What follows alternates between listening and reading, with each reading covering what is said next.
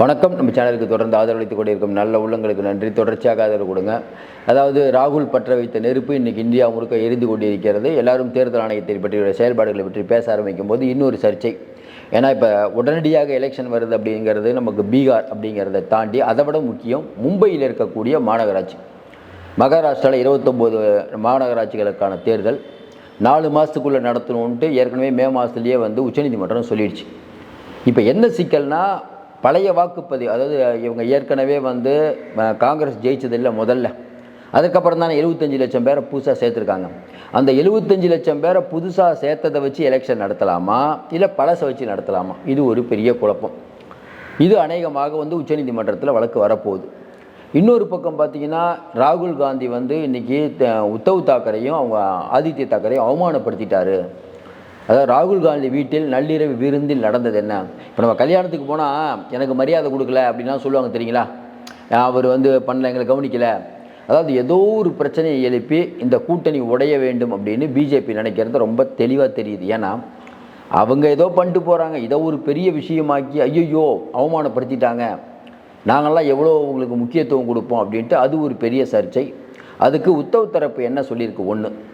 இன்னொரு பக்கம் அஜித் பவாரோட சரத்பவார் சேர போகிறாரு அப்படின்னு யூகங்கள் தொடர்ந்து போயிட்டு இருக்குது.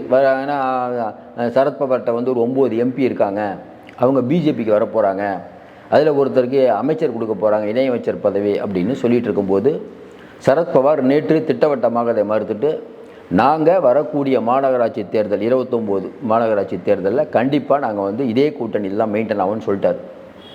இப்போ எல்லாத்தையும் தாண்டி ஏக்நாத் ஷிண்டே கட்சியிலே பிரச்சனை.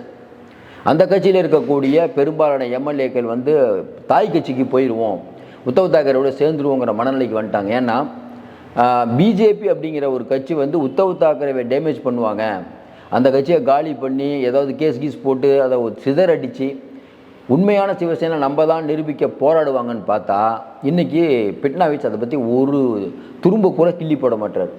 அதாவது அவர் என்ன நினைக்கிறாரு, உத்தவ் தாக்கரே இருக்கட்டும், ஏக்நாத் ஷிண்டே வரக்கூடாது. அதாவது மோடி ஏக்நாத் ஷிண்டேவுக்கு ஆதரவு, பட்னாவிஸ் மறைமுகமாக உத்தவ் தாக்கரேக்கு ஆதரவு. ஏன்னா பட்னாவிஸ் என்ன நினைக்கிறாருன்னா, மோடியும் அமித்ஷாவும் தன்னை ஆர்எஸ்எஸ்ன்னு ஒதுக்கி வச்சுருந்தது அவருக்கு தெரியும். இந்த ஆடுபுடி ஆட்டத்தில் ஜெயிக்கப் போவது யார்? அப்போ ஷிண்டேவுக்கு அதிகரிக்கக்கூடிய பிரச்சனை. ஏன்னா கூட்டணி கட்சியில் இருக்கார், கூட்டணி கட்சியில் இருந்தார்னா பிஜேபி எப்படி நடத்தும்னு தெரியும். அஜித் பவார் இன்னொரு 10 நாளில் மாவாட்ட போகிறார் தீகார் ஜெயிலில் அப்படின்னு இதே மோடி அவர்கள் சொன்னார். அடுத்த 10 நாளில் அஜித் பவார் பிஜேபியில் கூட்டணி கட்சியாக அவர் துணை முதல்வர் ஆகிட்டார்.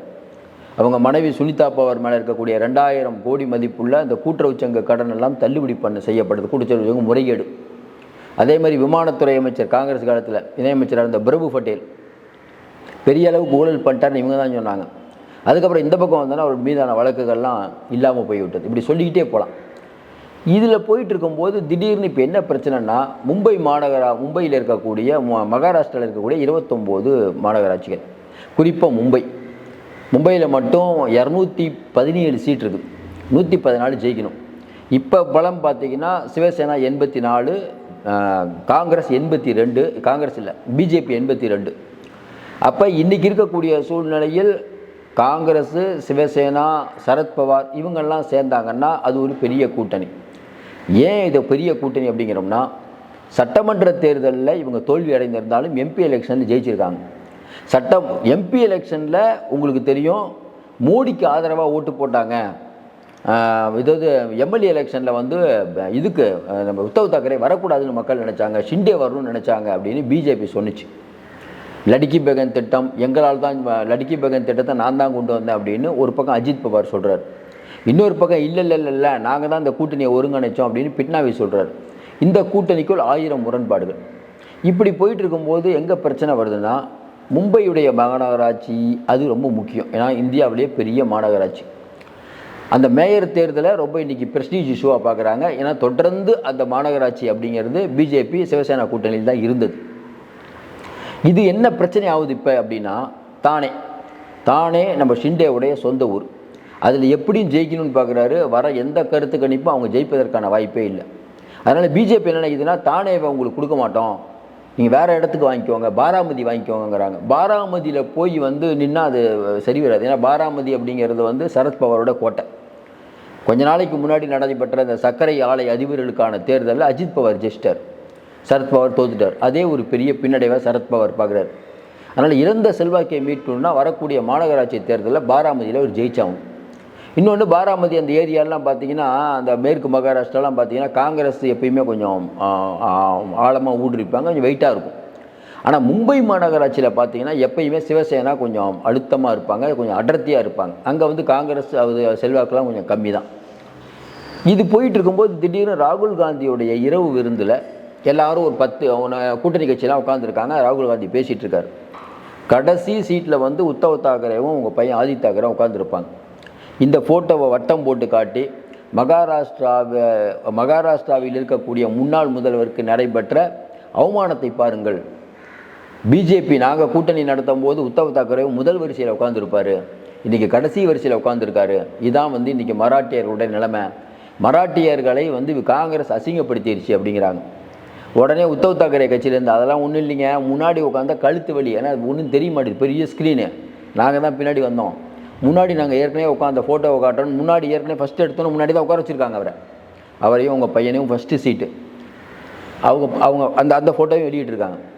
பிஜேபியுடைய இந்த இந்த இந்த 2 இந்த வேடம் போடுற வேலைலாம் எங்கள்கிட்ட நடக்காது, எங்கள் தொண்டர்களுக்கு தெரியும், அந்த ஃபோட்டோவையும் போட்டாங்க. இப்போ பிஜேபி என்ன பதில் சொல்கிறதுன்னு தெரியல. ஏன்னா கடைசி சீட்டோட ஃபோட்டோ அவங்க எடுத்து போட, ஃபஸ்ட்டு சீட்டை எடுத்து போட சீட்டு தகராறு மாதிரி ஆயிடுச்சு. இன்னொரு பக்கம் உத்தவ் தாக்கரே சஞ்சய் ராகவத் சொல்கிறது என்னென்னா, ஏங்க அது குடும்ப ஃபங்க்ஷனுங்க, பிஜேபி மாதிரி வந்து சம்பிரதாயம்லாம் இல்லை, இது ராகுல் காந்தி வீடு, நாங்கள் எங்கே வேணால் உட்காந்துக்கலாம், குடும்பம் மாதிரி ஆகிட்டோங்கிற ரேஞ்சில் அவர் பேசுகிறார். இப்போ எங்களை உடைக்க முடியாதுங்கிறார். இப்போ ஷிண்டே அவர்கள் இருக்கிறார், ஆனால் ஷிண்டேவுக்கும் இன்றைக்கி பிஜேபிக்கும் ஒரு நல்ல உறவு இல்லை. அஜித் பவாருக்கும் பிஜேபிக்கும் நல்ல உறவு இருக்குது, ஆனால் ஷிண்டேக்கு இல்லை. வரக்கூடிய மாநகராட்சியில் எப்படி சீட்டு ஒதுக்குவாங்கன்னு தெரியல. ஆனால் ஷிண்டே தரப்பு உறுதியாக நம்புது, நம்ம என்ன தான் வேட்பாளர்களை நிறுத்தினாலும் கடைசி நேரத்தில் பிஜேபி அவங்கள விலைக்கு வாங்கிடுச்சுன்னா நாளைக்கு மேயர் ஆனோடனே பிஜேபி பக்கம் தாவிட்டா என்ன பண்ணுறதுங்கிற சந்தேகம் ஷிண்டேக்கு இருக்குது.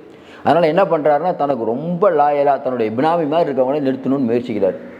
அது என்ன சிக்கல்னா, தனக்கு பினாமி மாதிரி நிற்கிறவங்களை நிற்க வச்சாங்கன்னா, ஏற்கனவே அங்கே ஒரு வெயிட்டாக ஒருத்தர் கேண்டிடேட் இருப்பார்ல ஷிண்டே கட்சியிலே சிவசேனையில், அவருக்கு நீங்கள் சீட்டு கொடுக்கலன்னா அவங்க பிஜேபிக்கு போயிடுறாங்கிறாங்க. பிஜேபி அவங்களுக்கு சீட்டு கொடுக்க ரெடி ஆகுது. இதுதான் இப்போ சிக்கல். அப்போ யாராவது ஒருத்தரை வந்து ஷிண்டே வந்து அங்கே வெயிட்டாக இருக்க ஷிண்டே கட்சிக்காரரே ஒருத்தரை நிறுத்தினா அவர் பிஜேபிக்கு போயிடுவார்.